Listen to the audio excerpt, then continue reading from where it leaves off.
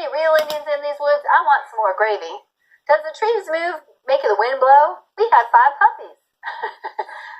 And their heads, can't you see their heads spinning? What? Well, this was fun. We, right down at the bottom, join me. We're going to join them in the camp out there in the cave. We went to bed around 11 o'clock. We spread down some wide blankets and quilts and put Red Chief between us. We weren't afraid he'd run away. He kept us awake for 3 hours, jumping up and reaching for his rifle and screeching, "Hit hard!" in our ears. As the fancied crackle of a twig or the rustle of a leaf revealed to his young imagination the stealthy approach of the outlaw band. At last I fell into a troubled sleep and dreamed that I had been kidnapped and chained to a tree by a ferocious pirate with red hair. Just at daybreak, I was awakened by a series of awful screams from Bill. They weren't yells or howls or shouts or whoops or yops, such as you expect from a manly set of vocal organs. They were simply indecent, terrifying, humiliating screams, such as women emit when they see ghosts or caterpillars. Oh! It's an awful thing to hear a strong, desperate, fat man scream incontinently in a cave at daybreak. I jumped up to see what the matter was. And what was the matter? Why, Red Chief was going to scalp him, and he had a knife in hand. Fortunately, it wasn't a sharp knife.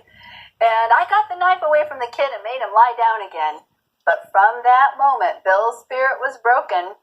He laid down on his side of the bed, but he never closed an eye in sleep again as long as that boy was with us. And I wouldn't either, would you? And in fact, the narrator of the story, he gets up pretty soon too because he remembers he was supposed to be broiled at dawn. So he decides to get up. He wasn't afraid. You'd believe him? Yeah. Well, he leaves Bill while he goes off to scout out the lay of land, and he takes a note telling them to bring $2,000, and I think it's hilarious. Bill convinces them, don't ask for $2,000. Let's make it $1,500. He says, nobody's going to pay $2,000 for this kid. And I hope you enjoyed that. When he comes back, Red Chief has put a hot potato down Bill's shirt and smashed it against him. So Bill has walloped him, and now Red Chief is really determined to get him. He gets him with a rock. I love this description. Just then we heard a kind of war whoop. I'm on page 321. Such as David might have emitted when he knocked out the champion Goliath. It was the sling that Red Chief had pulled out of his pocket. He was whirling it around his head. I dodged and heard a heavy thud and a kind of sigh from Bill, like a horse gives out when you take his saddle off.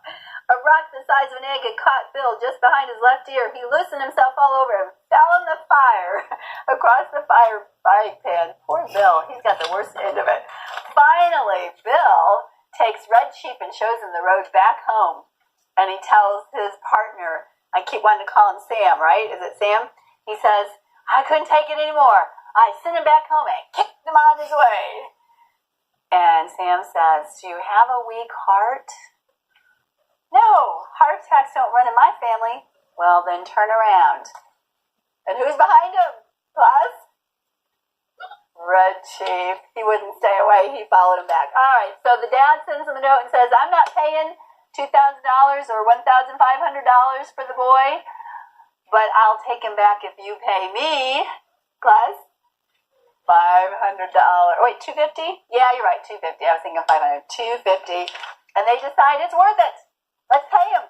Take that boy back. And they had to do it in the middle of the night so the neighbors wouldn't see him coming home. Close your books. Take out your assignment pad. Here's your homework assignment.